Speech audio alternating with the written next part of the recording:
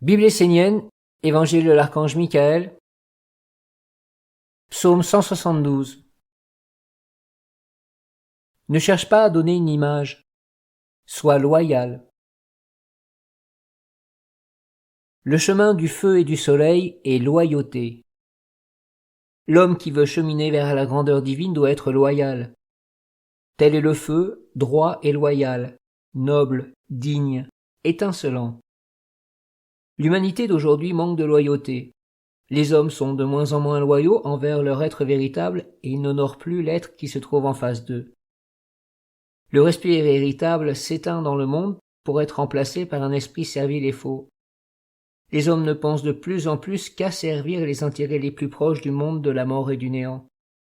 Cette image est répandue partout comme une vérité et c'est ainsi que les hommes sont éduqués. Ainsi tous entrent dans ce monde imposé et ne se regardent plus comme des flammes, comme des êtres loyaux, francs, vrais, dignes, comme des âmes. Les hommes se regardent comme des fantômes vivant dans un monde où rien n'est respectable à part certaines apparences. Rappelez-vous qu'avant tout, les hommes sont des enfants. C'est par l'enfance qu'ils entrent dans l'incarnation et, toute leur vie, cette enfance sera présente en eux, même s'ils l'oublient ou l'étouffent. Certains hommes se sont endurcis. Alors ils paraissent solides, enracinés dans leurs convictions, forts et responsables, mais dans un autre aspect de leur être, ils sont d'éternels chercheurs à l'image des enfants. Ils sont dans l'apprentissage, ils s'efforcent de se modeler, de devenir en s'identifiant à un monde qu'ils perçoivent devant eux. Les hommes ne sont pas ce qu'ils paraissent être. Ils ont besoin d'être guidés, il leur faut des modèles. Ce que l'on peut voir d'eux à l'extérieur n'est qu'un vêtement qu'ils ont dû revêtir pour pouvoir exister et se mouvoir dans ce monde. Mais en réalité, de la naissance jusqu'à la mort, l'homme reste un éternel enfant, un apprenti, un chercheur. Il veut savoir qui il est, et pour cela il cherche l'identification parfaite. C'est pour cette raison qu'il est vital pour l'homme d'être loyal. Ainsi, il peut montrer à tous les êtres qu'il y a une stabilité dans l'humanité. Quand un être prononce une parole devant un autre, cela doit se faire dans le respect et la loyauté. Les hommes doivent être loyaux les uns envers les autres jusque dans les pensées. Il devient difficile pour vous de préserver la loyauté, car les apparences trompeuses gagnent chaque jour du terrain et rares sont ceux qui montrent la réalité de leur être. Dans ce monde où tout le monde se cache derrière le faux, la loyauté n'a plus de conditions pour se manifester. C'est pour cela que l'humanité est de plus en plus désorientée. N'ayant plus de modèle fiable devant eux, se sentant perdus, les hommes se sont naturellement réfugiés dans un système communautaire où, finalement, ils s'identifient à ce qui leur paraît le mieux afin de ne pas être différents et attaquables. La loyauté est fondamentale dans la relation avec soi-même et avec les autres. Mais la loyauté doit aussi exister dans la relation avec les mondes supérieurs. Le pire est de voir des hommes et des femmes qui s'engagent face à une intelligence divine, sacrée, avec une grande sincérité, alors que dans leur vie quotidienne ils continuent à donner leur force créatrice vivante pour un monde qui conduit tout vers le néant. Pour les intelligences supérieures qui peuplent les mondes divins, cela est incompréhensible. Elles ont conclu que l'homme est pauvre, qu'il a besoin de lumière, de clarté et de force. Pourquoi l'homme ne vient-il pas quotidiennement se ressourcer vers les mondes purs de la lumière et de l'intelligence supérieure? Pourquoi ne cherche-t-il pas à créer un lien vivant et une communion? Les hommes ont perdu la foi véritable, la subtilité et ils sont déloyaux. Ils promettent, ils prononcent des engagements devant les mondes de la lumière et vont même jusqu'à recevoir des sacrements. Mais lorsqu'ils retournent dans le courant de leur vie quotidienne, ils considèrent la beauté et la sagesse comme un loisir, une activité secondaire qu'ils vont accomplir après avoir tout donné au corps physique, qui conduit tout vers le recyclage. Il faut que vous compreniez que pour les mondes supérieurs, une telle façon d'agir est totalement incompréhensible. C'est là la frontière qui sépare le monde de l'intelligence de celui de la bêtise. Sachez que si vous entrez dans le royaume de la bêtise, vous serez dévorés. L'homme a la splendeur avec lui, mais il préfère s'appauvrir, et ensuite il se plaint.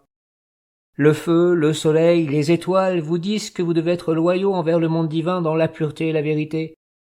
Alors comprenez-le, étudiez jusqu'à ce que la lumière du savoir conscient et vivant se fasse en vous. Vous devez respecter votre parole et accomplir ce que vous croyez juste.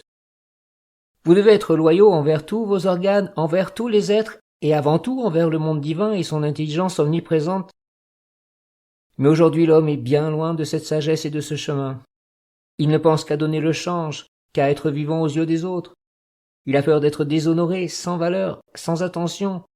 Alors il se revêt du vêtement dont le monde comprendra le langage. Vous devez savoir que l'humanité est devenue pauvre des richesses de l'esprit et de l'âme, et qu'elle se nourrit et s'abreuve de la connaissance et de la sagesse qui appartiennent à la bêtise. Éveillez-vous et apprenez à regarder les choses telles qu'elles sont et non pas telles qu'elles paraissent être. N'attendez pas d'être dans la vieillesse, désillusionné de la vie pour le faire, mais travaillez pour transmettre de nouvelles valeurs, un nouveau chemin pour les générations qui commencent leur vie. Ces générations doivent savoir, et c'est votre devoir de leur transmettre la bonne tradition. Éduquez-vous et faites-en profiter les autres autour de vous. Ne harcelez personne de vos convictions, car seul ce qui est bien fondé peut devenir universel. Acceptez le fait que votre destinée a été détournée partiellement par le monde de l'homme, et que vous devez vous redresser en devenant des nouveaux-nés à la vie. Ce que vous avez acquis de juste et de stable, transmettez-le, non pas comme un dogme et une obligation, mais comme une respiration de vie. Père Michael, nous aspirons sincèrement à honorer l'ange de la loyauté. Mais nous ne voyons plus la loyauté dans notre quotidien, alors c'est difficile. Ce n'est pas parce qu'autour de vous, il n'y a plus les conditions d'être ce que vous êtes que vous ne pouvez pas l'être. Vous devez ouvrir un chemin et recréer des conditions, non seulement pour vous-même, mais pour les générations futures. C'est le chemin de la ronde des archanges et des villages esséniens. Il ne vous est pas demandé d'être conforme, d'entrer dans un moule, car chaque homme doit s'individualiser et offrir sa beauté à la communauté, à l'image d'une fleur au milieu d'un champ. Si chaque fleur, si chaque élément n'est pas présent et vivant dans son être véritable, il n'y aurait pas de champ de fleurs. C'est la loyauté qui permet à ce bonheur d'exister. Il est fondamental pour chacun d'être et d'exister. Pour cela, il faut honorer la loyauté, la dignité en soi-même, envers tous les êtres vivants, en soi et dans l'environnement, mais surtout envers une intelligence supérieure et un monde divin. Sans le monde divin, l'homme ne vivrait pas. Si la tradition n'avait pas laissé une mémoire, l'homme n'aurait aucune lumière pour s'éclairer, pas de respiration pour se purifier, et pas de terre sous ses pieds pour se stabiliser. Éveillez-vous, entrez dans la conscience de tout ce que vous faites. Que la vie quotidienne devienne une matière à travailler, un espace, un moyen, une opportunité de faire fleurir les belles vertus du ciel et d'amoindrir les faiblesses dues à la bêtise qui gouverne les hommes. Je ne te demande pas d'être un ascète, mais simplement une individualité ayant son propre rayonnement, sa propre manifestation, à l'image d'une flamme qui unit sa lumière à toutes les lumières, afin de créer en harmonie la beauté du monde. Prière 65.